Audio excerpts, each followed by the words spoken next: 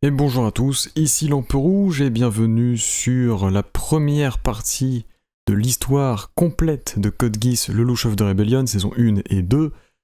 Ça sera divisé donc en 4 parties, 2 parties par saison, donc 2 parties pour la saison 1, 2 parties pour la saison 2. Ça c'est donc la première partie, donc la première moitié de la saison 1, des épisodes 1 à 13, 14, des épisodes 1 à 14, ouais bon bref. Et bien évidemment, en fonction de si cette vidéo... Bon, quoi qu'il arrive, j'essaierai de faire les autres parties à un moment ou à un autre, mais disons que s'il y a des gens qui regardent cette vidéo, je serai plus motivé à faire les prochaines plus rapidement. Bon visionnage, et le son de ma voix est pas terrible au tout début, mais il s'améliore par la suite.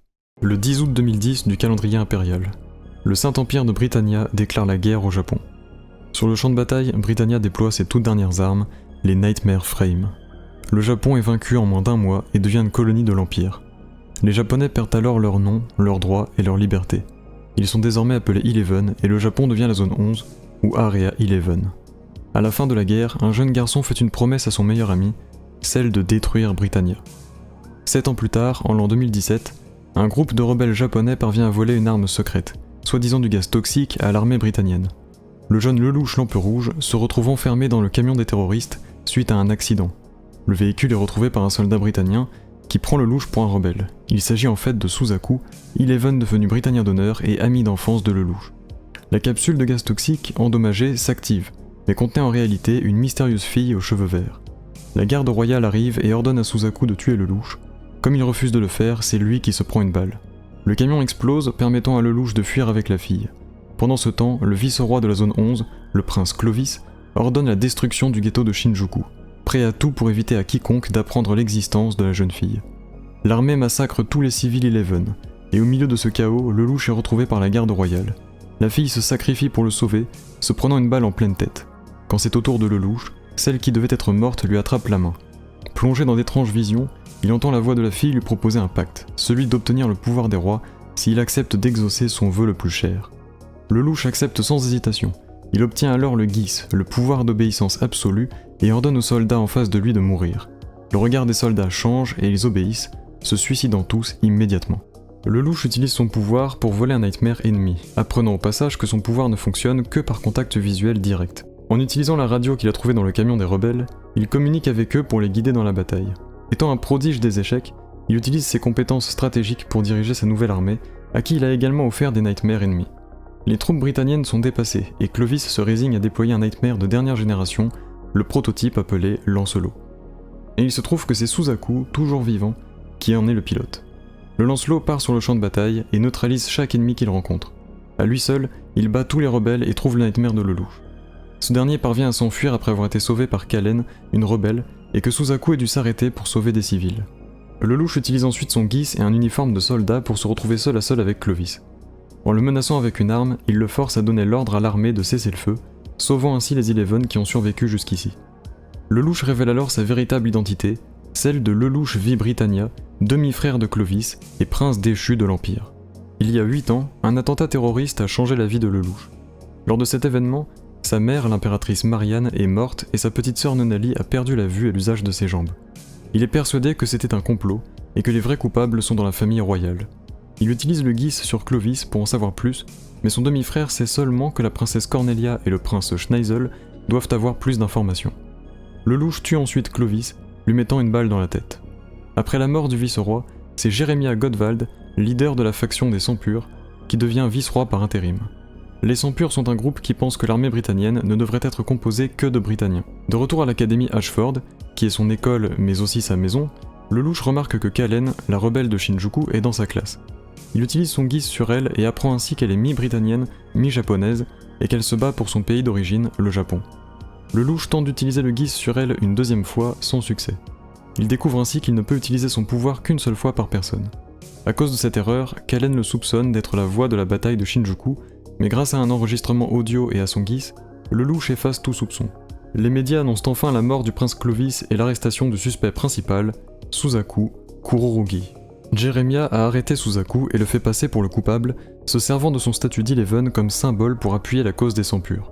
De plus, Suzaku est le fils de l'ancien premier ministre du Japon, lui offrant un mobile parfait. Lelouch veut absolument sauver son ami qu'il croyait mort. il rencontre les rebelles de Shinjuku, dont Kellen, et se présente sous l'identité et le masque de Zero. Il leur propose de le rejoindre pour lutter contre Britannia et d'abandonner le terrorisme. Finalement, seulement Kellen et Ogi, le chef du groupe, acceptent. Alors que Suzaku est transporté vers son jugement par un convoi dirigé par Jeremiah lui-même, Zero s'interpose et annonce devant les caméras que c'est lui qui a tué Clovis. Il utilise ensuite son guise sur Jeremiah, qui lui livre Suzaku et fait tout pour les aider à fuir. Aux yeux du public, Jeremiah a agi pour sauver sa réputation et éviter que Zero ne révèle l'affaire Orange, une affaire qui n'est qu'un bluff imaginé par le louche. Après le sauvetage, Zero demande à Suzaku de le rejoindre, mais l'Eleven refuse et retourne se livrer, n'ayant apparemment pas peur de mourir et n'aimant pas la philosophie de Zero, celle qui dit que la fin justifie les moyens. Jeremiah tombe en disgrâce, emportant les sangs purs avec lui. Suzaku est finalement libéré pour manque de preuves. Pendant ce temps, la princesse Cornelia établit une nouvelle colonie de Britannia, la zone 18, et part maintenant pour la zone 11, souhaitant venger Clovis et arrêter Zero. Le louche tombe nez à nez avec la fille qui lui a donné le guise en rentrant chez lui. Elle prétend s'appeler Situ et décide de rester vivre avec le louche, étant recherchée par l'armée. Suzaku, quant à lui, rencontre Euphie, une fille mystérieuse qui lui demande de l'emmener à Shinjuku. Là-bas, Jeremiah tombe dans une embuscade tendue par ses propres camarades qui veulent l'éliminer pour avoir trahi l'Empire en livrant Suzaku à Zero, ruinant ainsi leur réputation. Suzaku, qui était suivi par Lloyd et Cécile, ses supérieurs directs, est prévenu et intervient avec le lance-lot juste à temps pour sauver Jeremiah. Euphie arrive au milieu de l'affrontement et se fait sauver la vie par Suzaku. Euphie révèle ensuite sa vraie identité, celle de la princesse Euphemia Libritannia, et met fin au conflit. Cornelia arrive dans la zone 11, accueillie par sa sœur Euphemia en tant que nouvelle vice-roi, impatiente de retrouver Zero. Euphemia fait en sorte que Suzaku puisse rejoindre la prestigieuse académie Ashford, normalement réservée aux Britanniens. Il y retrouve Lelouch et Nunnally et leur fait croire que son poste dans l'armée est loin du front, pour éviter qu'ils s'inquiètent. Un chat entre dans la chambre de Lelouch et fait tomber le masque de Zero sur sa tête. Lelouch tente de l'attraper, mais le chat s'enfuit et une course-poursuite a lieu à travers l'académie, impliquant ensuite Suzaku. Pour éviter que Suzaku ne mette la main sur le chat, Lelouch se met en danger et, comme prévu, se fait sauver par son ami. Cet événement permet à Suzaku de se faire bien voir par les autres et de rejoindre le conseil des élèves, dans lequel se trouve également Kellen et Lelouch. Les funérailles de Clovis ont lieu, diffusées en direct partout. L'empereur de Britannia, Charles I Britannia, y fait une apparition ainsi qu'un discours consacré à l'inégalité entre les humains et à l'évolution par le conflit. Dans un flashback, suite à la mort de sa mère, le jeune prince Lelouch obtient une entrevue avec son père, l'empereur. Ce dernier montre son indifférence et déclare qu'il n'a pas besoin de faibles, faisant référence à Nunnally. Lelouch, enragé, renonce à son droit de succession au trône. Suite à cela, l'empereur décide d'exiler Lelouch et Nunnally et de les envoyer au Japon, se servant d'eux comme d'outils diplomatiques. De retour dans le présent, Cornelia décide de lancer un assaut sur le ghetto de Saitama en recréant les conditions de la bataille de Shinjuku pour inciter Zero à se montrer. Lelouch veut y aller, mais Situ pointe une arme sur lui pour l'en dissuader et l'éviter de mettre sa vie en danger. Lelouch pointe alors son arme sur sa propre tête, expliquant qu'il était déjà mort avant d'obtenir le guise et qu'il est prêt à retourner à cet état. Situ cède et le laisse partir. Une fois sur le champ de bataille, il utilise son pouvoir pour s'emparer d'un Nightmare ennemi et utilise alors la même stratégie que contre Clovis. Mais cette fois, Cornelia est prête à sacrifier ses propres troupes pour débusquer les rebelles, et ceux-ci manquent de coordination, finissant même par désobéir aux ordres de Zero. Alors que Cornelia ordonne à ses hommes de sortir de leur cockpit pour montrer leur visage, Lelouch est sauvé par l'apparition de Zero, lui permettant de fuir au milieu de la confusion. Il retrouve l'autre Zero, qui se révèle être Situ, venu aider Lelouch. Face à la férocité de Cornelia, qui est bien plus dangereuse que Clovis, Lelouch décide d'obtenir sa propre armée, sa propre nation. Quelque temps plus tard, le Front de Libération du Japon, un groupe résistant à Britannia formé par les restes de l'ancienne armée du Japon, prend des civils britanniens en otage à l'hôtel du lac Kawaguchi, pendant une conférence à l'importance internationale. Parmi les otages se trouvent des membres du conseil des élèves d'Ashford, mais aussi la princesse Euphemia, raison pour laquelle Cornelia refuse d'attaquer, voulant sauver sa sœur avant tout. La prise d'otage est organisée par le lieutenant-colonel Kusakabe, qui a agi sans consulter le reste du Front de Libération. Zero se rend sur place pour discuter avec les preneurs d'otages, pendant que Suzaku, à bord du Lancelot, passe par un tunnel pour détruire les fondations de l'hôtel et que l'armée puisse profiter du chaos pour libérer les otages. En réalité, il agit surtout comme un appât pour distraire l'ennemi et en a conscience. La discussion entre Zero et Kusakabe ne mène à rien, et ce dernier tente de tuer Zero qui a alors recours au guise pour éliminer ses ennemis.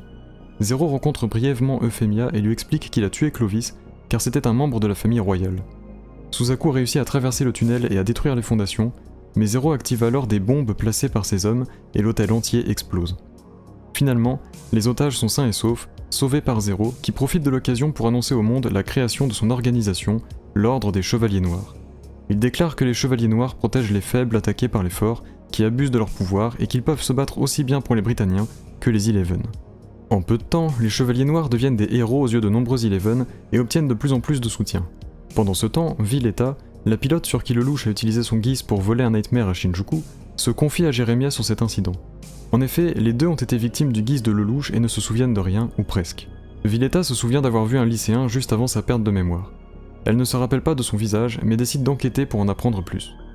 Les Chevaliers Noirs attaquent un repère de trafiquants de drogue, plus précisément du Refrain, une drogue permettant de revivre les souvenirs heureux du passé, et donc consommée par beaucoup d'Eleven. Kalen, membre des Chevaliers Noirs, tombe nez à nez avec sa mère, sous l'influence du Refrain.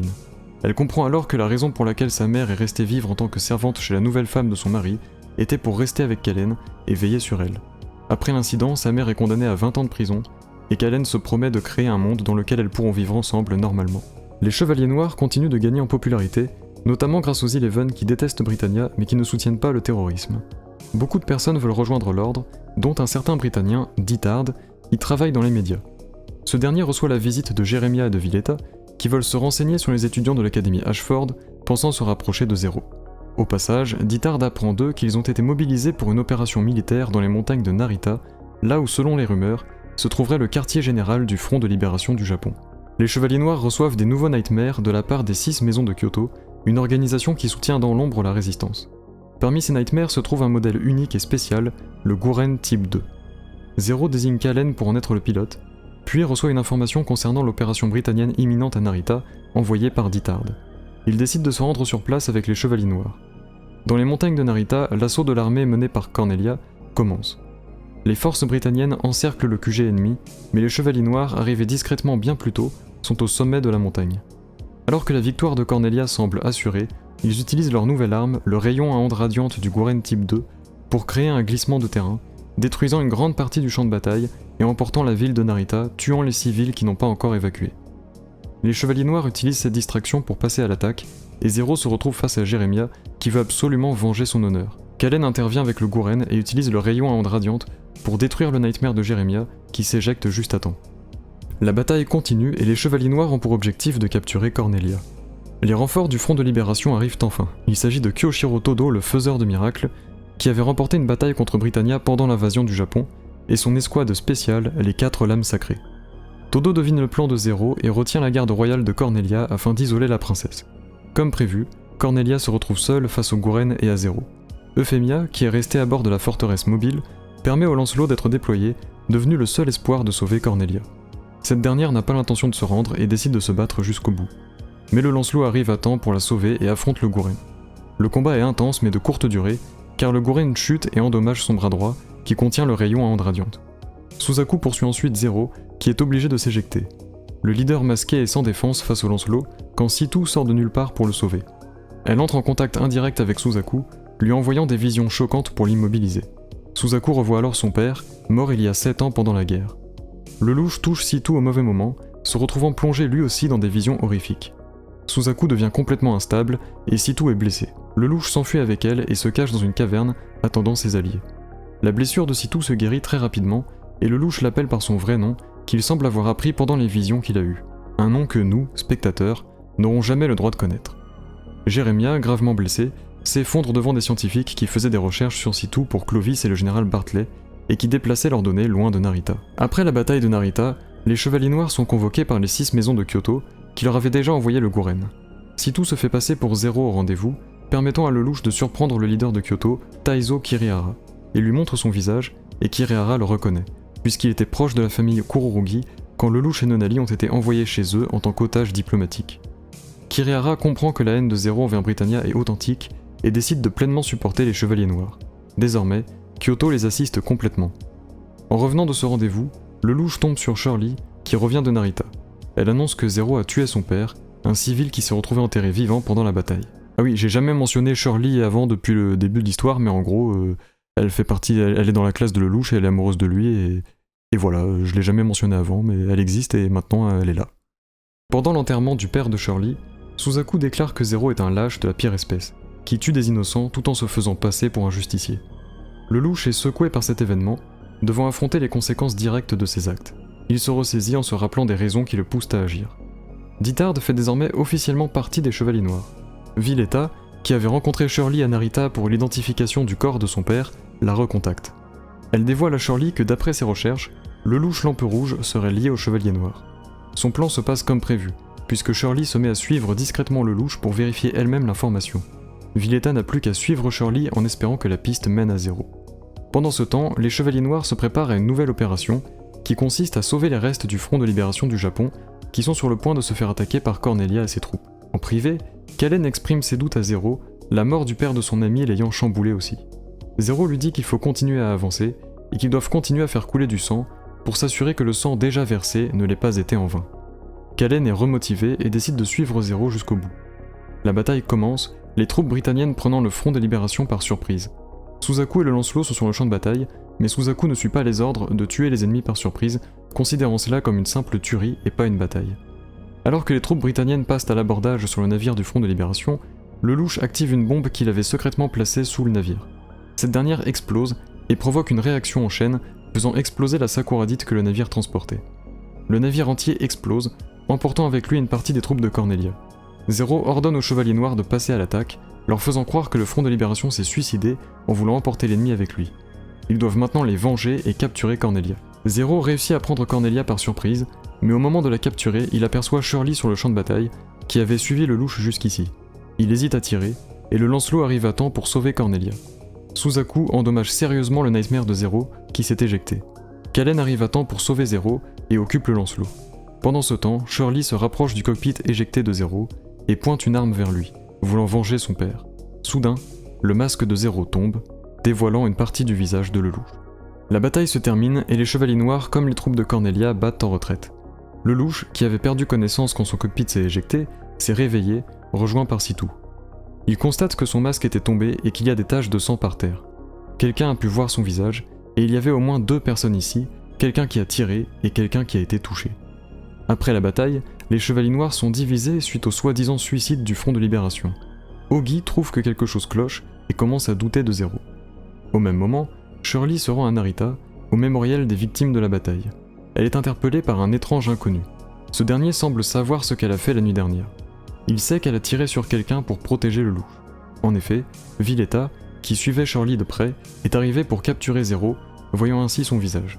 Mais Shirley, paniquée, a tiré sur elle pour protéger celui qu'elle aime. Le louche arrive aussi à Narita, ayant découvert que Shirley se rendait ici en fouillant sa chambre. Il sait qu'elle était sur le champ de bataille et qu'elle aurait pu voir son visage. Il tombe sur l'étrange inconnu qui possède le téléphone de Shirley. Il propose à Lelouch une partie d'échecs. Lelouch accepte, n'ayant pas le choix si Shirley est prise en otage. Sitou les aperçoit prendre le téléphérique et reconnaît l'inconnu, qu'elle appelle Mao. Pendant ce temps, Ogi est retourné au port où la bataille de la nuit dernière a eu lieu, sentant que Zero est différent ces temps-ci. Il trouve alors Villetta, blessée mais vivante, qui semble connaître l'identité de Zero. De retour à Narita, Mao domine la partie d'échecs, anticipant chaque coup de Lelouch. Il dévoile alors qu'il possède lui aussi un Geass, son pouvoir lui permettant de lire les esprits. Il a ainsi manipulé Shirley, réussissant à la convaincre qu'elle doit mourir avec Lelouch, étant tous les deux des meurtriers. Elle tire vers Lelouch, le manquant de peu. En revoyant des photos d'eux ensemble, elle reprend ses esprits. Mao se retrouve renvoyé vers le bas de la montagne en téléphérique, surpris par Sitou dont il ne peut pas lire l'esprit. Lelouch utilise son Geass sur Shirley pour qu'elle l'oublie complètement, ainsi que tout souvenir relié à lui. Il lui dit ensuite au revoir en tant que total inconnu. Bon bah à suivre. À suivre en espérant qu'il y ait une suite. Si je suis motivé peut-être. Un jour peut-être.